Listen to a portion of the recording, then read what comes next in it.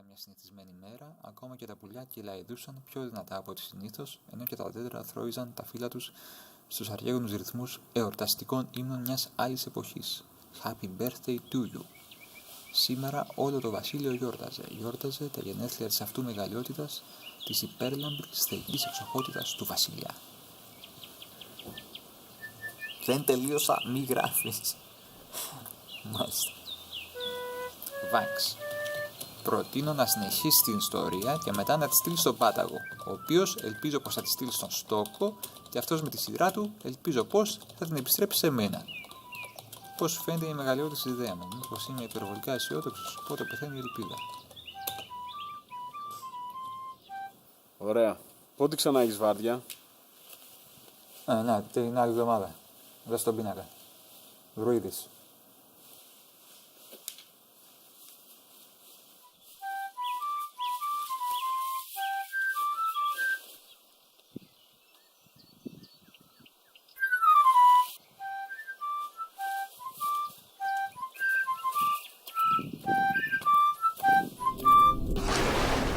Καλό, αλλά δεν θέλω να παίξεις.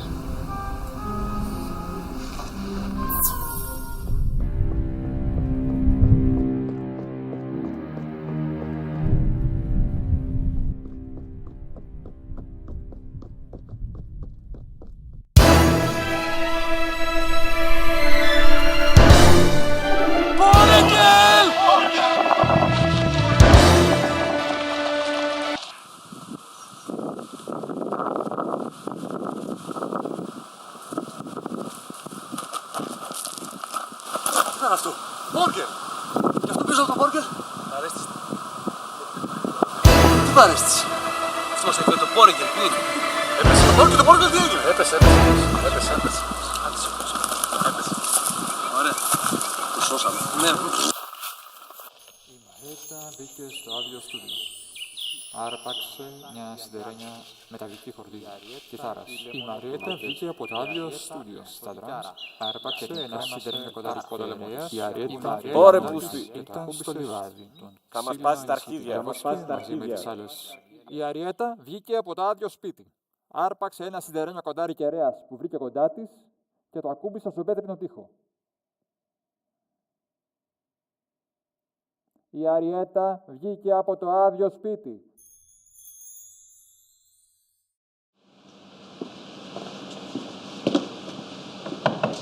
Αριέτα! Αριετάκι! Γιατί δεν βγαίνει, τρέπετε?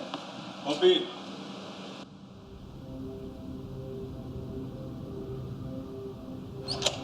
Τραβάμε. Βγήκε από το άδειο σπίτι. Άρπαξε ένα σιδερένιο κοντάρι κεραιάς που βρήκε κοντά της και το ακούμπησε στον πέτρινο τοίχο. Ήταν αρκετά μακρύ, σχεδόν όσο το ταξίδι της στα ερυθρά δάση, και η άκρη του ακουμπούσε στις σχιστόπλακες της στεπής. Έργε τα πόδια του, αν και αδύνατα, ήταν πολύ εξασκημένα και με γρήγορες κινήσεις κατάφερε να ανέβει στη στέγη σε μερικά δευτερόλεπτα.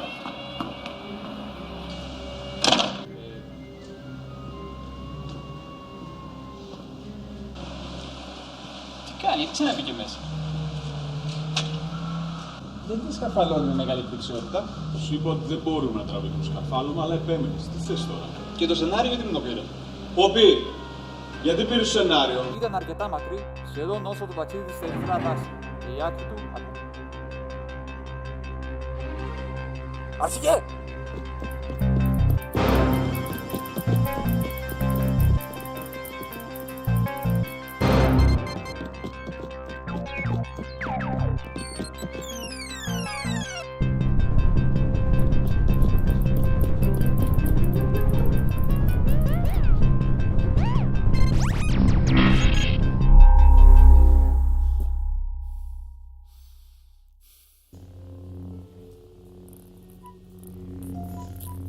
Αρχηγέ, τι είναι αυτά? Παρέστηση. Ναι, αλλά κάνουν θόρυβο.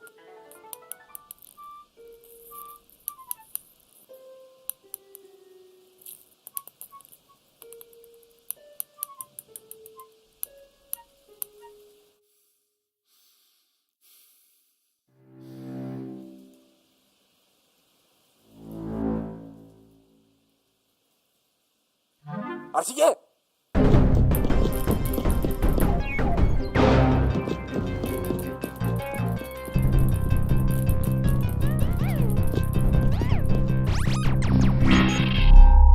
Αρχηγέ, τι είναι αυτά? Παρέστηση. Ναι, αλλά κάνουν θόρυβο. Αρχηγέ!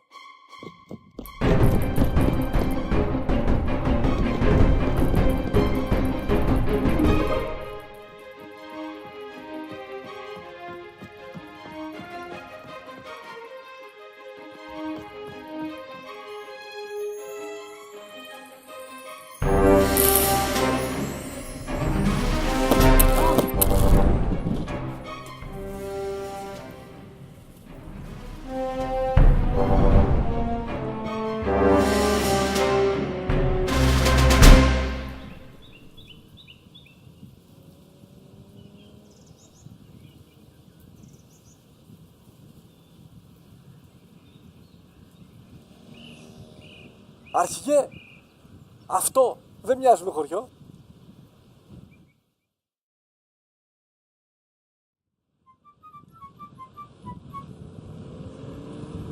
Τώρα θα γράψουμε τίποτα ή θα κοιταζόμαστε? Ποιος έχει σειρά? Τρέντος στο στόκο. Μετράει πλακάκια είπαμε, εσύ είσαι. Το κάνω αυτό. Παρακάτω. Βάγκς, δεν το στείλες? Πώς, αφού το πήρες? Το πήρα. Αυτό που λέει δεν τελείωσα μη γράφεις? Καλά, με δουλεύεις? Δεν μπορείς να το συνεχίσεις? Εγώ, αφού δεν τελείωσες, δεν γράφω. Ούτε εγώ. Ούτε εγώ.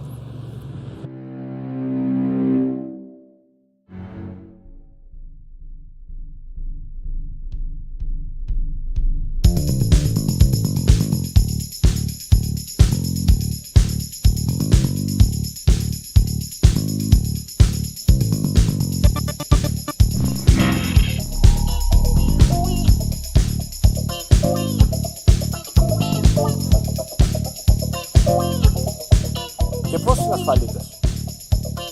Είναι πιο κοντή.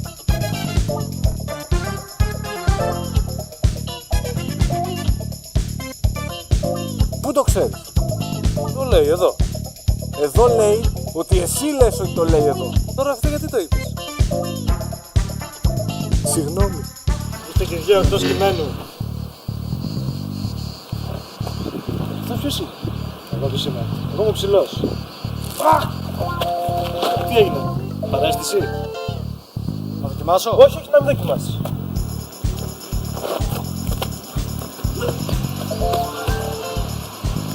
Τέλος πάντων, σου λέει, κάτσε εσύ εδώ και με το νου σου. Εμείς θα πάμε να σαρώσουμε την περιοχή. Και γιατί να κάτσω εγώ? Και ποιος θα κάτσει? Κάτσε εσύ. Εγώ είμαι αρχηγός. Είναι ο αρχηγός. Ποιος το λέει? Το λέει ο αρχηγός. Τον αρχηγό ρωτάω. Το λέει ο οδηγός. Ο οδηγός λέει κοντός. Και για ποιο λέει ο Τσάκαλας στον οδηγό, το λέει ο αρχηγός? Και τον κοντό. Και ποιος είναι ο κοντός? Εσύ. Άρα.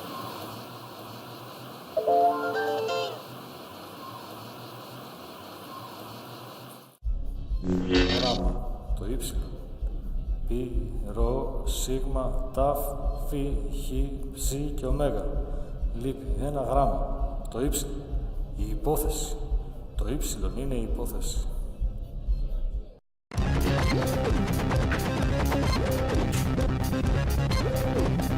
Μας έπαιξε στα μπαλάκια, ψηλέ. Πάλι εγώ είμαι.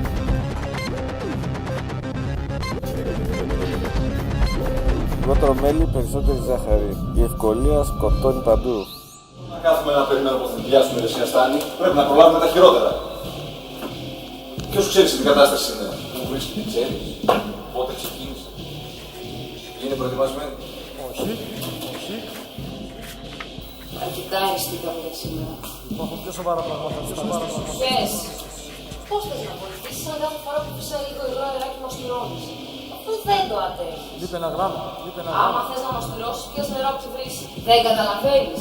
Δηλαδή εμείς μαλάκες είμαστε που βάλαμε το γκρεμόσχευμα. Αυτό Μην λέω. τυχόν και θυσιάσεις τα ευθύνους. Το έχω. Μ' αρέσει που θέλεις να το σκάσεις και μέσα από το δάσο. Θα σε καθαρίζανε πριν το πάρεις χαμπάρι. Την Αριέτα έπρεπε να πείσεις να μην ξεκινήσει. Είναι πολύ επιπόλη και άμα της απαριστήσω εγώ. Αν δεν έχει έρθει το πολύ σε 2 μέρες θα την έχουν πιάσει. Δώσ' μου ένα mail μέχρι αύριο βράδυ για να σε εντοπίσω άμα έχω νέα της. Αγαπητέ Βάνξ, η υπόθεση του σεναρίου έγινε μπαλάκι. Ήθε τα όνειρά σου να πραγματοποιηθούν και οι υπόλοιποι να σε διαβάσουν. Φιλικά, Δρουίδης. Σίγμα, ταφ, φι, χ, ψ και ωμέγα. Σκάσε ρε ψηλέ.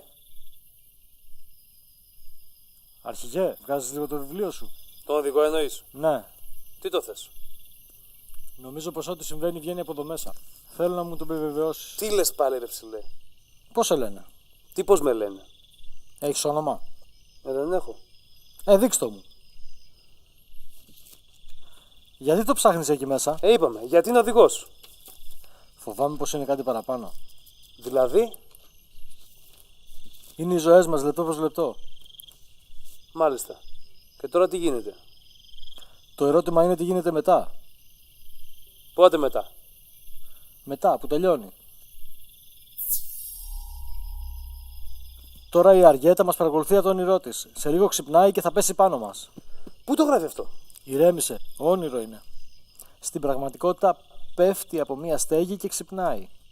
Μετά λιποθυμάει από το πέσιμο και λύνει το μυστήριο της ΜΕΝ, που φαίνεται να περιλαμβάνει μια συνωμοσία μεταξύ της αστυνομίας, της κυβέρνησης, του βασιλιά και μιας αδίστακτης πείρας διακίνησης παραισθησιογόνων ουσιών για την κυριαρχία στην κοιλάδα. Όπα, κάτσε ρε ψηλέ. Έλα. Με ειδοποίησε η Αριέτα. Είναι εδώ. Κάτι λέει για ένα κείμενο. Ότι είναι οι ζωές μας. Ότι κάποιοι το γράφουν, αλλά έχουν σταματήσει. Πού είσαι? Πάω στο πάρτι. Πάρτι.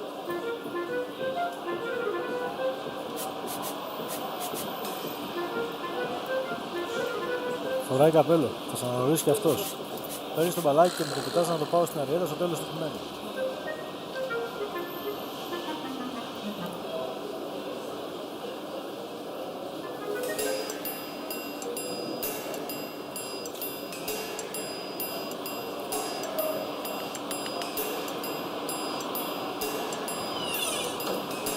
Τι άλλο ξέρεις γι' αυτό? Εσύ τι ξέρεις. Ποιοι το γράφει? Η συγγραφής. Είσαι εκτός κειμένου. Ο ψηλός λέει ότι αν δεν ολοκληρωθεί η ιστορία θα περάσουμε στην ανυπαρξία. Πρέπει να προλάβουμε τη σελίδα 19. Δεν έχει μείνει ποτέ. Πρέπει να γράψουμε. Να τη σχέση. Στη ΜΕ τι γίνεται. Τι να γίνει. Χάος. Δεν περίμενε και κανείς να σας ενδιαφέρει. Πώς. Τι πώς, αφού εμείς σας γράφουμε. Δεν μπορείτε να έρθετε και να μας μιλήσετε μόνοι σας. Πρέπει να σας φανταστούμε. Να φύγω άμα είναι. Αυτή δεν είναι.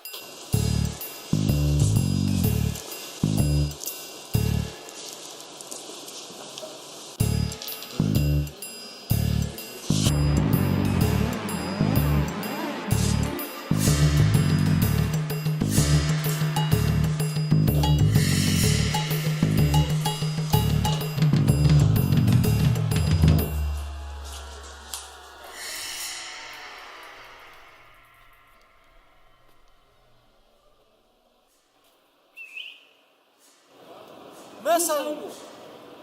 Ποια?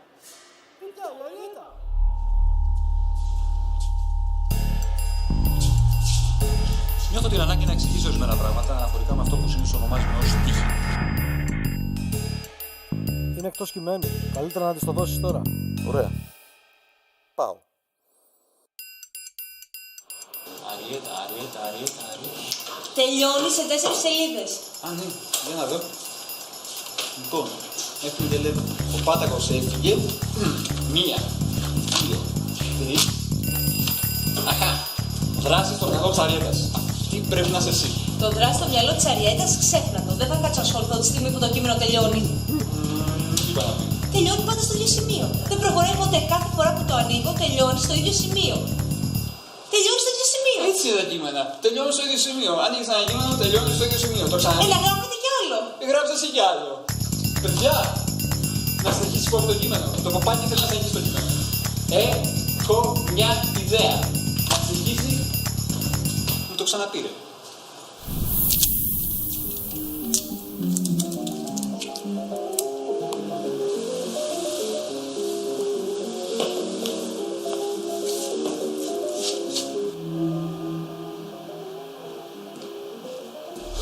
Γεια σου, Αργέτα.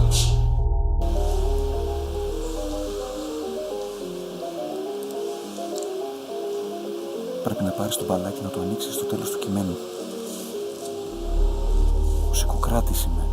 Διαβάζοντας το κείμενο του προηγούμενου συγγραφέα, Αυτό μοιάζει δουλειά για το έπεσε ψηλό. το μάτι μου στους τελευταίους Είστε και οι δύο εκτός τουαράδες, κειμένου.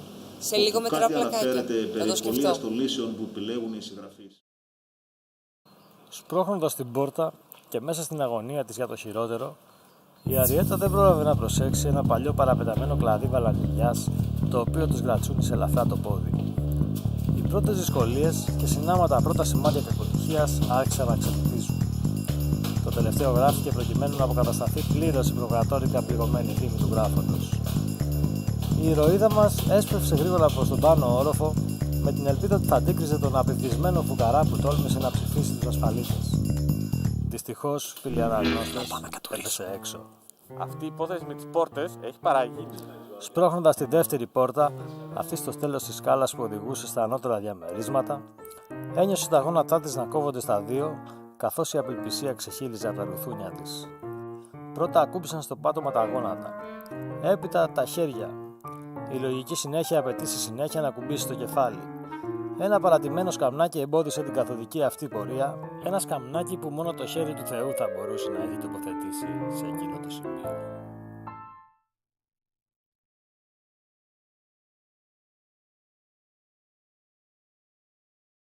Τι, σειρά μου πάλι. Ναι, άντε, γράφε.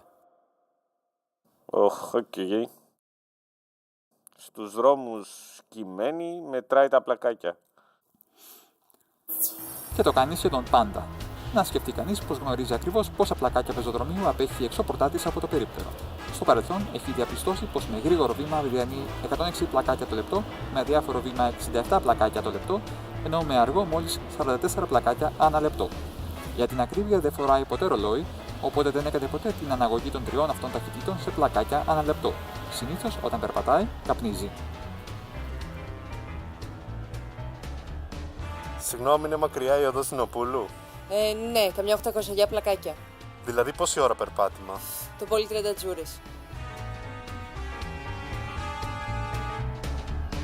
Πάντως δεν αντιτίθεται στους νόμους της νευτόνιας φυσικής. Εκφράζει την ταχύτητα σε αναρτήσει της απόστασης και του χρόνου και τη μετράει σε πλακάκια ανατζούρα.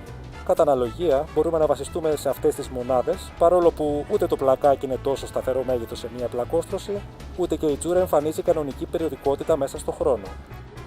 Κατά προσέγγιση και χωρίς να πέφτει κανείς πολύ έξω για τις συνηθισμένες του μετακινήσεις, ένα πλακάκι ανά λεπτό αντιστοιχεί σε 0,25 πλακάκια ανά τζούρα, ή αλλιώς ένα πλακάκι ανά τζούρα ισούται με 4 πλακάκια ανά λεπτό. Εύκολα αντιλαμβάνεται κανείς ότι και οι δύο μονάδες εκφράζουν ένα πολύ αργό ρυθμό βηματισμού, πρακτικά ασυνήθιστο. Γι' αυτό και τα πολλαπλάσια τους, πλακάκια ένα δεκάλεπτο και πλακάκια ένα τσιγάρο, βρίσκουν περισσότερες εφαρμογές. Από τη Νέα Υόρκη, Νίκος Καβουρδούκος.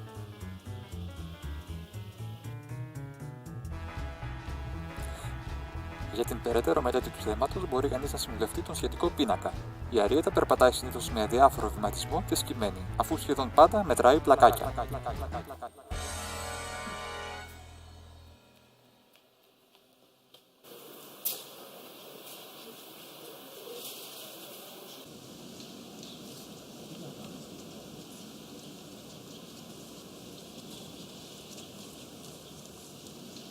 Ξέρεις τον Πάταγο? Όχι ιδιαίτερα, το Βαν γνωρίζω. Εσένα πώς σε λένε? Αριέτα με λένε. Δεν διάβασες το κείμενο? Γελάς. 3 σελίδες μείνανε. Νόμιζα πλακάκια μετρούσες. Το δικό σου κείμενο πότε τελειώνει? Δεν έχω κείμενο.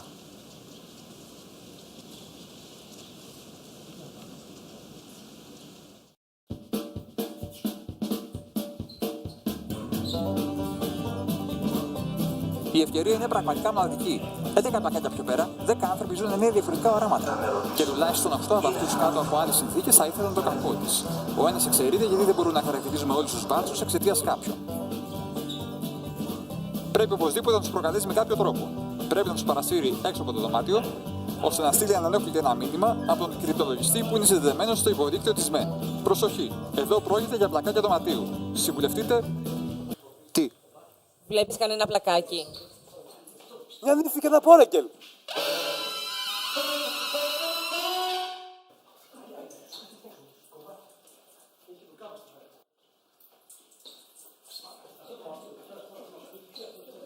Καθίστε όλοι κάτω. Δώσ' το μπαλάκι.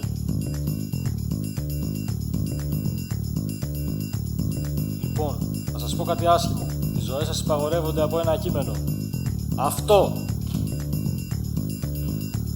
Όμως το κείμενο τελειώνει σε λίγες γραμμές και ό,τι δεν είναι γραμμένο δεν υπάρχει. Άρα, είτε οι ζωές μας και ο κόσμος τελειώνουν, είτε μένουμε για πάντα σε αυτό το δωμάτιο, αφού είναι και η τελευταία μας σκηνή.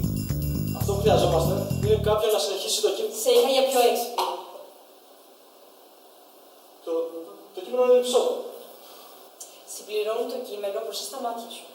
Σε ολόκληρη τη σκηνή που διανύουμε δεν έχει γραφτεί ίχνος διαλόγου. Στο τέλος του κειμένου κοίτα να ανοίξει το μπαλάκι. Έχει μέσα τη συνέχεια. Είναι η μόνη μας ελπίδα. Ξέρεις, η επόμενη σκηνή δεν μας περιλαμβάνει. Ο μόνος τρόπος για να φτάσω μέχρι το τέλος του κειμένου είναι να κάτσω εδώ και να διαβάσω το κείμενο μέχρι το τέλος. Ωραία. Αυτό να κάνεις. Τότε η επόμενη σκηνή θα μας περιλαμβάνει. Ναι. Άρα μου ζητάς να βγω από το κείμενο. Είναι γραμμένο στο κείμενο να βγαίνω από το κείμενο.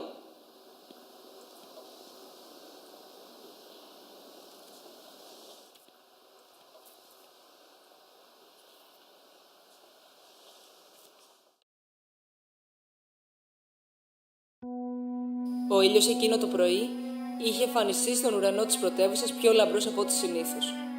Έλουζε με θαυμαστή χάρη και ευλάβεια τη χρυσοπίκλητη ιερή πόλη, κάνοντας τις διαμαντοστόλιστες στέγες της να λάμπουν σαν τις φιλοδοξίες και τη μεγαλομανία των κατοίκων της. Οι άνθρωποι περπατούσαν στους δρόμους ντυμένοι με τα πιο όμορφα ρούχα και το πιο τεράστιο χαμόγελό τους. Συχνά όσοι περνούσαν έξω από το παλάτι έσκευαν με ασυνήθιστη δουλοπρέπεια και ταπεινοφροσύνη, χωρίς να ξεχνούν πάντα να χαμογελούν. Δεν ήταν μια συνηθισμένη μέρα. Ακόμα και τα πουλιά κελαίδουσαν πιο δυνατά από ό,τι συνήθως. Ενώ και τα δέντρα θρώιζαν τα φύλλα τους στους αγίγονους ρυθμούς εορταστικών ύμνων μιας άλλης εποχής. Σήμερα όλο το βασίλειο γιόρταζε. Γιόρταζε τα γενέθλια της αυτού μεγαλειότητας, της υπέρλαμπρης θεϊκής εξοχότητας του βασιλιά. Δεν τελείωσα μη γράφεις. Άνοιξε το μπαλάκι.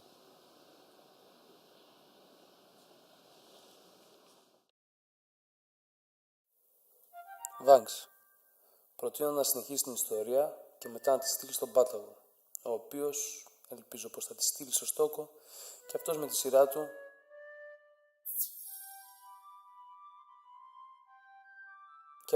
σειρά του ελπίζω πως θα τη στείλει σε μένα. Πώς σου φαίνεται η μεγαλειώδης ιδέα μου? Είμαι υπερβολικά αισιόδοξος? Πότε πεθαίνει η ελπίδα?